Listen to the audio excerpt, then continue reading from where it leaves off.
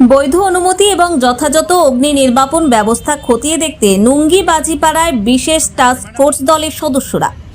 মহেশতলার পুটখালি বাজিপাড়ায় ঝটিকা সফরে বিশেষ task force দলের সদস্যরা পুলিশ এবং র্যাফ নিয়ে হঠাৎই আগমনের ফলে বাজি ব্যবসায়ীদের বেশিরভাগ অংশই তাদের দোকান বন্ধ করে পালিয়ে যায়। তবে টাস্ক ফোর্স দলের সদস্যদের উদ্দেশ্য ছিল কেবলমাত্র বিধিনিষেধ মেনে সঠিক পদ্ধতি অবলম্বন করে বাজি ব্যবসায়ীরা বাজি তৈরি এবং বিক্রি করছেন কিনা সেটাই খতিয়ে দেখা। পাশাপাশি যে সমস্ত ব্যবসায়ী বাজি তৈরি এবং বিক্রি করছেন তাদের অনুমতি অর্থাৎ লাইসেন্স আছে কিনা বা থাকলেও কত কেজি মশলা রাখার অনুমতি তাদের দেওয়া হয়েছে তাও খতিয়ে দেখলেন দলের সদস্যরা।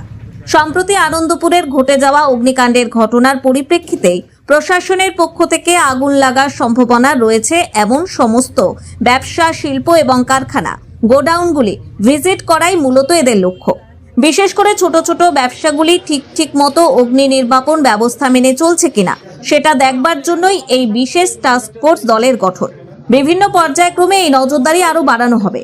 নজরদারি দলের সদস্য industrial development officer Sudeshna Kundu সাংবাদিকদের জানিয়েছেন, নুঙ্গি বাজি বাজারের জন্য ইতিমধ্যেই একটি ক্লাস্টার গঠনের জমি চিহ্নিত হয়েছে। খুব শীঘ্রই এই ক্লাস্টার গঠনের মাধ্যমে এই সমস্ত ছোট ছোট ব্যবসায়ীদের সেখানে একত্রিত করে বাজি তৈরি এবং বিক্রির ক্ষেত্রে আরো সুবিধা করে দেওয়া হবে। দেখা গেছে এখানকার বহু বাজি ব্যবসায়ী তাদের বৈধ অনুমতি অর্থাৎ বিক্রি এবং বাজি তৈরি করার লাইসেন্সের জন্য আবেদন করলেও হার্ড কপি এখনো তারা হাতে পাননি। সংশ্লিষ্ট দফতরকে এ ব্যাপারে আমি অবশ্যই জানাবো। পাশাপাশি বাজি বিক্রেতারাও যথাযথ অগ্নি নির্বাপন ব্যবস্থাও মেনে চলছে। অ্যাকচুয়ালি আপনারা জানেন অবশ্যই যে এখন এই ফায়ার ইনসিডেন্টটা সমস্ত ছোট থেকে শুরু করে ছোট বড় সমস্ত ইন্ডাস্ট্রিতে আমরা ফায়ার হ্যাজার্ড দেখছি চারপাশে, এবং সেটা নিয়ে মানুষদের মধ্যে প্রচণ্ড ভীতির সৃষ্টি হয়েছে।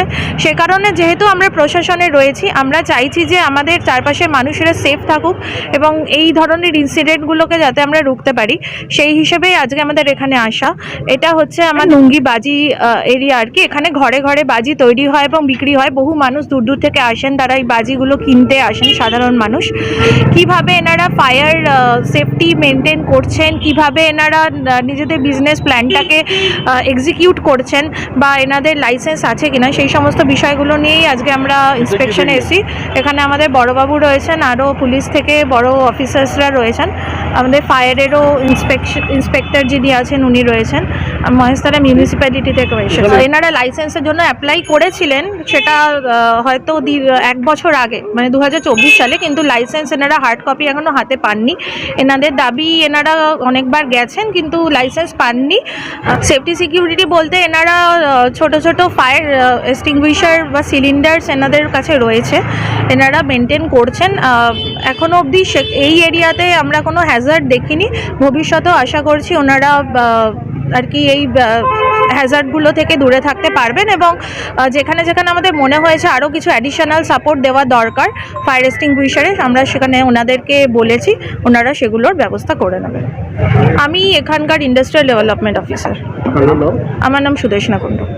সমগ্র অনুষ্ঠানে উপস্থিত ছিলেন industrial development officer Sudeshna Kundu সহ মহেশতলা থানার inspector incharge Tapas Sinha, OC fire Debjiban Majumdar, CSC এবং মহেশতলা পৌরসভার আধিকারিক সহ মহেশতলা থানার পুলিশ প্রশাসন।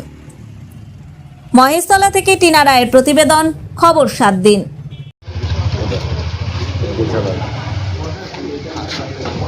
কোথায় স্টপ করো সেই জায়গাটা দেখাও, এইটা তো ক্লারিফাই করতে হবে।